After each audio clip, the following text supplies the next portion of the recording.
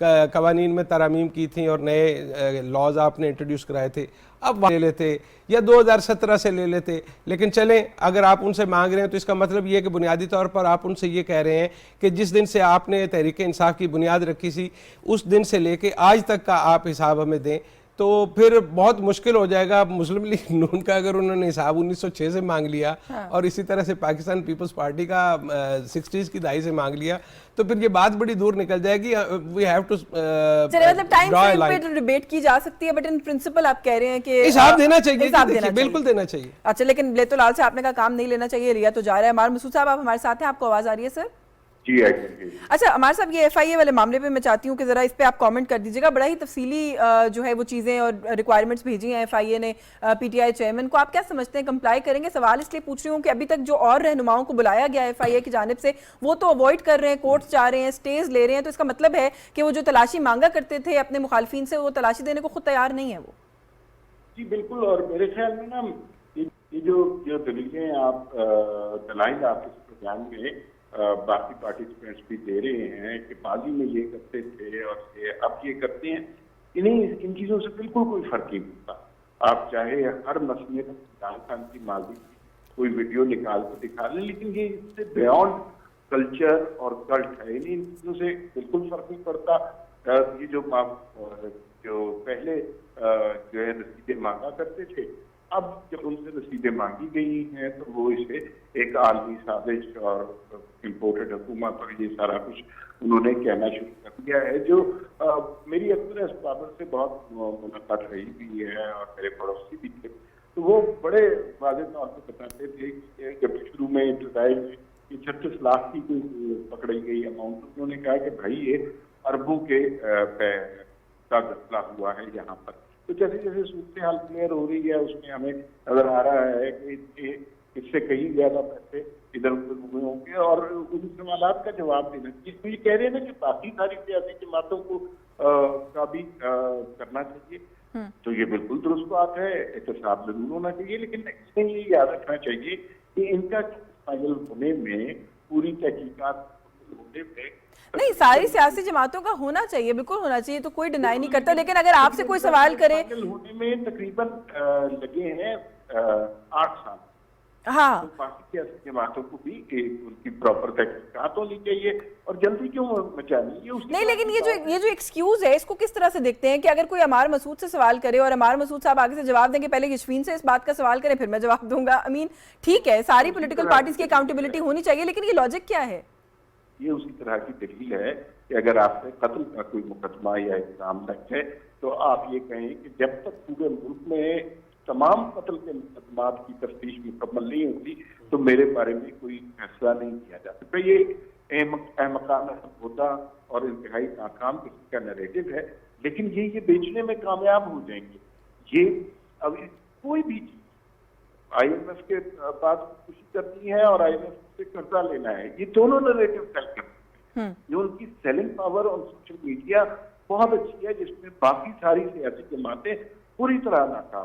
اچھا، آپ نے کہا کہ سیلنگ بیچنے میں کامیاب ہو گئے ہیں اس نیریٹو کو، وہ کچھ اور بھی نیریٹیوز ہیں جو وہ بیچنے کی کوشش کرتے ہیں زیغم خان صاحب. ایک تو جو انہوں نے ایک نیریٹو پورا کریٹ کیا کہ کس طرح سے ان کی حکومت کو نکالا گیا، کہاں سے انٹرونشن ہوئی، امریکہ کا نام لیتے ہیں کہ وہ سازش کی گئی اور امریکہ کی سرپرستی میں یہ موجودہ سیٹ اپ جو ہے اس کو انسٹال کیا گیا. ابھی ریسنٹ جو کچھ ایکٹیویٹیز ہیں امریکہ ویزاوی امریکہ پاکستان تحریک انصاف کی، اس کو لے کر آپ کیا کہیں گے؟ نیریٹو وہ کچھ بلڈ کر رہے ہیں، chief minister P T I جو ہیں وہ مل لیتے ہیں ان کے سفیر سے، وہاں سے ایڈ لے لیتے ہیں، خبریں ہیں کہ شاید خان صاحب کی اپنی بھی کوئی خفیہ ملاقاتیں ہوئی ہیں، پھر کسی پی آر فرم کو امریکہ میں ہائر کرنے کی بھی خبریں ہیں تعلقات کی بحالی کے لیے اور بہتری کے لیے وہاں کی ایڈمنسٹریشن کے ساتھ. تو یہ جو دونوں طرف کا نیریٹو اس مسئلے میں بھی وہ لے کر چل رہے ہیں، اس کے بارے میں کیا کہیں گے آپ؟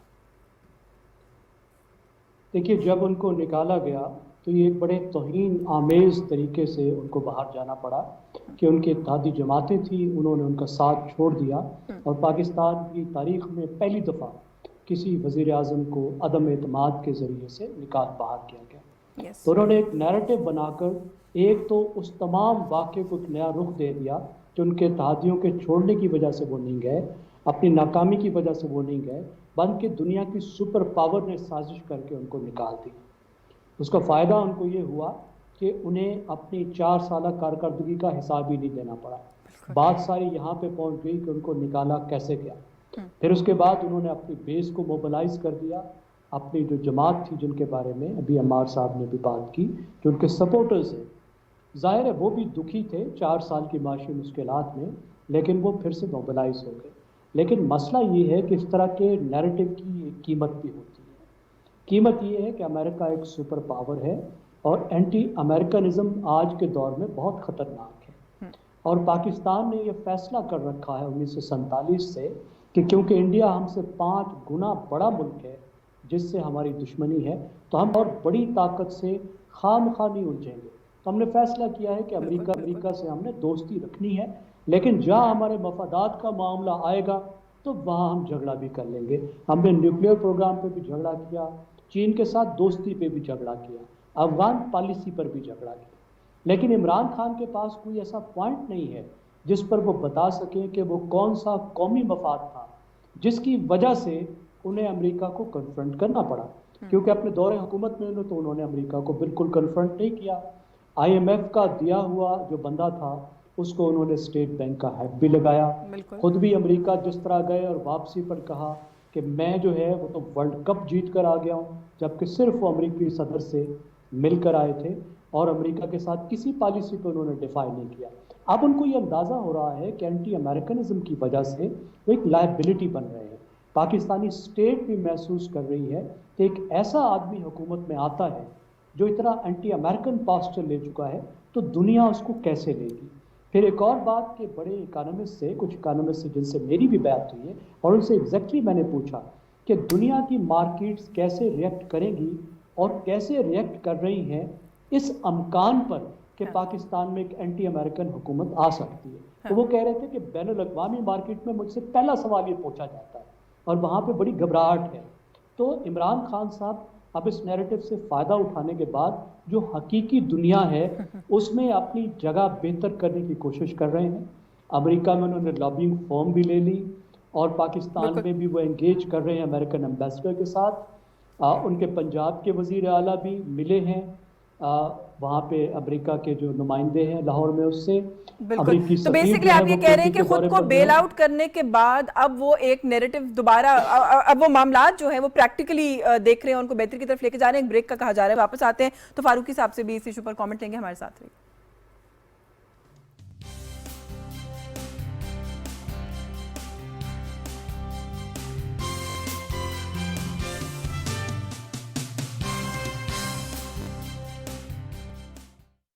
اللہ اکبر اللہ اکبر اللہ اکبر اللہ اکبر اشہد ان لا الہ الا اللہ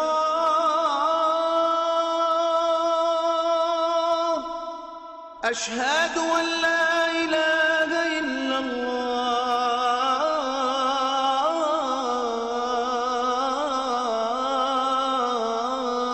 الله أشهد أن محمد رسول الله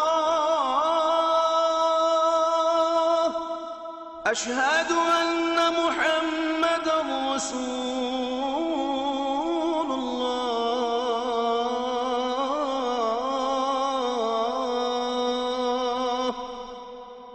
حي على الصلاة حي على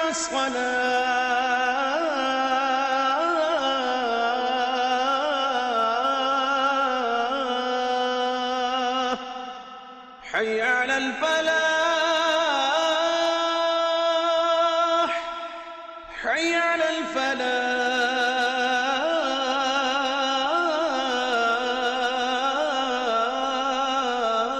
الفلاح الله أكبر الله أكبر لا إله إلا الله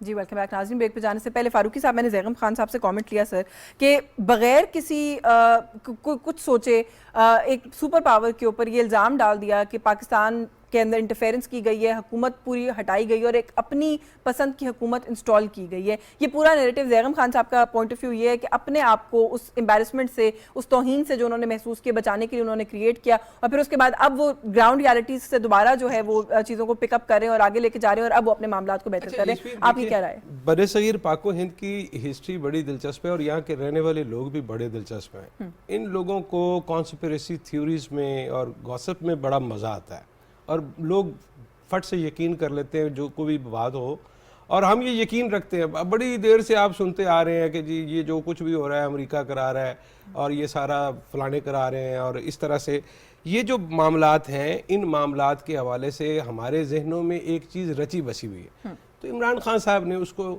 ایکسپلور کیا, ایکسپلائٹ کیا, اور جو انٹرنل آڈینس ہے اس کے لیے ایک نیریٹو انہوں نے جو ہے وہ بنایا جس کے ذریعے انہوں نے پاپولرٹی حاصل کی ہے. لیکن اب جیسا کہ پاپولرٹی کی کاسٹ بھی تو کوئی ہے نا جس کا ایز اس وقت وہ پرائم منسٹر ان کو خیال رکھنا چاہیے تھا. انٹرنیشنل دنیا میں تو آپ کو اس طرح کا ایک کوئی یونیپولر قسم کا آدمی تو نہیں چاہیے کہ جو بالکل ہی آپ کہیں کہ میں باقیوں سے بات ہی نہیں کرتا, جیسے آپ یہاں پہ اڑے ہوئے ہیں کہ میں باقی سیاسی جماعتوں سے خود بات نہیں کروں گا.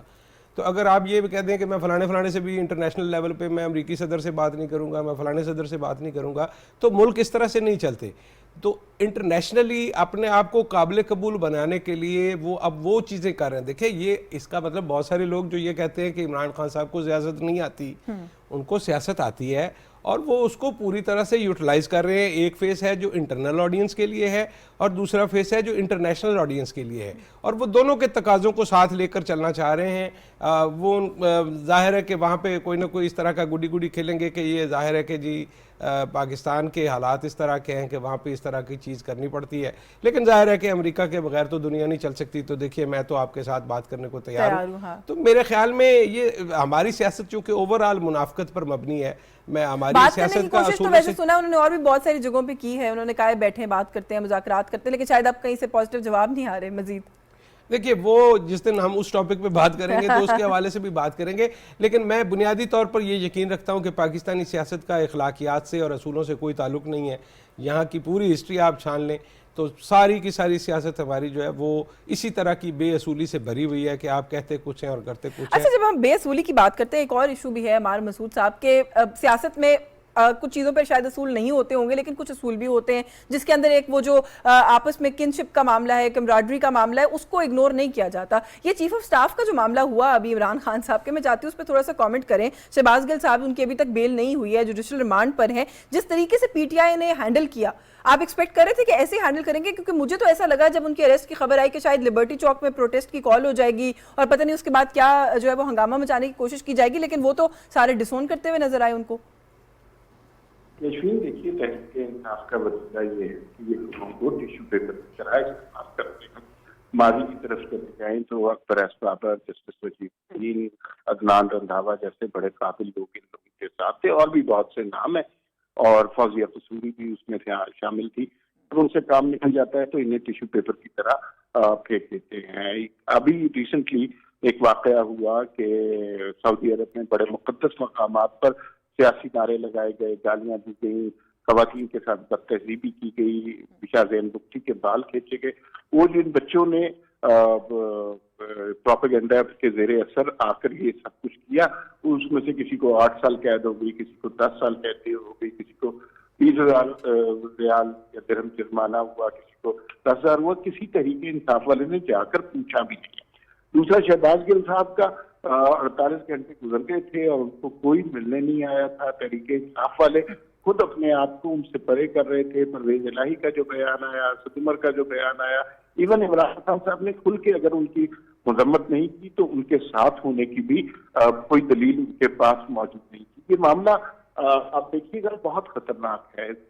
فوج کے کردار کے حوالے سے ہمیشہ یہ بات ہم لوگ کرتے رہے اور کرنی بھی چاہیے کہ فوج کا سیاست میں عمل دخل نہیں ہونا چاہیے. یہ بات کروڑ دفعہ کرنی چاہیے, لیکن اگر آپ فوج کے اندر بغاوت پیدا کرنے کی کوشش کر رہے ہیں, فائل اینڈ رینکس میں لوگوں کو اشتعال دلانے کی کوشش کر رہے ہیں, تو یہ بہت خوفناک بات ہے. اور ہمیں تسلیم کرنا چاہیے کہ جو فوج ہے وہ اب بہت پاورفل ہے، وہ اس طرح کی بات بالکل برداشت نہیں کرے گی۔ عمران خان صاحب کے لیے جو نرم گوشہ تھا میرے خیال میں وہ ختم ہو گیا۔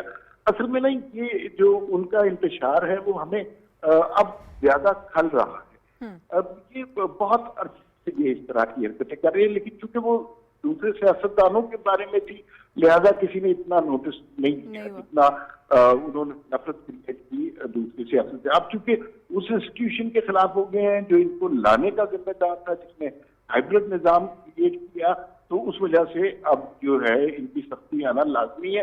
اگر میں یہ سمجھتا ہوں کہ 2014 میں جب انہوں نے نافرمانی اناؤنس کی تھی، بجلی کے بل جلائے تھے، ریاست کے خلاف علم بلند کیا تھا، اگر اس وقت اس فتنے کی تعدیل کی جاتی تو معاملات یہاں تک نہ پہنچتے۔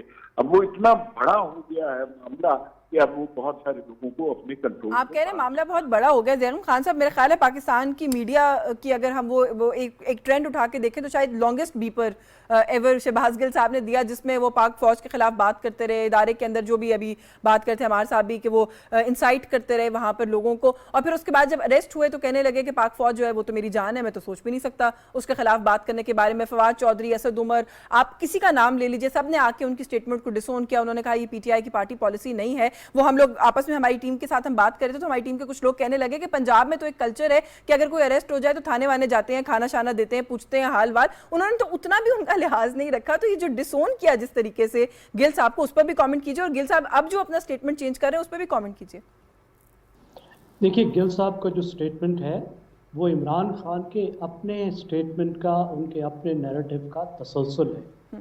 ہم یہ تو دیکھ رہے ہیں کہ گل نے غیر قانونی کام کیا، انتہائی غیر قانونی کام کیا کہ افواج کو ان کے کمانڈرز کے خلاف اکسایا، جو بغاوت کے زمرے میں آتا ہے۔ لیکن ہم یہ نہیں دیکھتے کہ بالکل یہی کام عمران خان نے بھی کیا۔ جب عمران خان افواج سے کہتے ہیں کہ وہ نیوٹرل نہ ہو اور ان کے یعنی ایک اپوزیشن پارٹی کے ساتھ مل کر حکومت کے خلاف کھڑے ہو جائیں، تو عمران خان بھی بالکل اسی طرح قانون کی اور آئین کی خلاف ورزی کرتے ہیں۔ آئین پاکستان کی 3 کلازز 243, 244, 245 جو افواج کے کردار کا تعین کرتی ہیں، وہ واضح طور پر کہتی ہیں کہ افواج پاکستان حکومت پاکستان کے ماتحت ہوں گی، اپنی اوتھ کی پابند ہوں گی، اور حکومت جو ان کو آرڈر دے گی، جنگ کا آرڈر دے گی یا ملک کے اندر ان کو ڈپلائمنٹ کا آرڈر دے گی، تو ان کے اس حکم کو عدالت تک میں سوال نہیں اٹھایا جا سکتا۔ ایسی حکومت کو اختیار ہے افواج پر، اور وہ افواج کو کہہ رہے تھے کہ وہ نیوٹرل نہ رہیں، آئین کی خلاف ورزی کریں اور حکومت کو الٹائیں کیونکہ یہ اخلاقی معاملہ ہے۔ تو وہ بھی اسی طریقے سے ایک سیڈیشن کر رہے تھے، آئین شکنی کر رہے تھے اور آئین کے خلاف کام کر رہے تھے۔ لیکن اب وہ ایک نئے لیول پر چلے گئے کہ جب کمانڈرز نے ان کی بات نہیں مانی، فوج نیوٹرل ہی رہی، تو پھر اگلے سٹیپ پر انہوں نے کہا کہ فوج ہی کے 2 حصے ہیں، آدھا حصہ ہمارے ساتھ ہے، آدھا ساتھ نہیں ہے، اور جو آدھا ہے وہ ان کا آرڈر ماننے سے انکار کر دے جو ہمارے ساتھ نہیں ہے۔ تو انتہائی ہو گئی نا، ملک کیسے چل سکتا ہے؟ ملک تو اس طرح بھی نہیں چل سکتا کہ فوج جو ہے وہ سیاست میں مداخلت کرنے لگ جائے اور حکومت کے خلاف کھڑی ہو جائے، اور اس طریقے سے تو بالکل ہی نہیں چل سکتا کہ اگر اس کے فوج کے اندر ہی ایک طوائف الملوکی شروع ہو جائے وہ ہو جائے۔ بالکل انہوں نے کوشش تو یہی کی ہے۔ مجھے معذرت کے ساتھ آپ کو انٹرپٹ کرنا پڑے گا، وقت بالکل ختم ہو گیا پروگرام کا، مزید آپ سے ضرور بات کرتی۔ بہت شکریہ آپ کا زیرم خان صاحب، آپ کے وقت کے لیے۔ عمار مسعود صاحب کے بہت شکر گزار ہیں، پروگرام میں وقت دیا۔ شہزاد انور فاروقی صاحب، تھینک یو سب کے بھی وقت کے لیے۔ ناظرین، پروگرام نقطہ اعتراض سے آج کے لیے بس یہی کچھ۔ اشفین جمال کو اجازت دیجیے، اللہ حافظ۔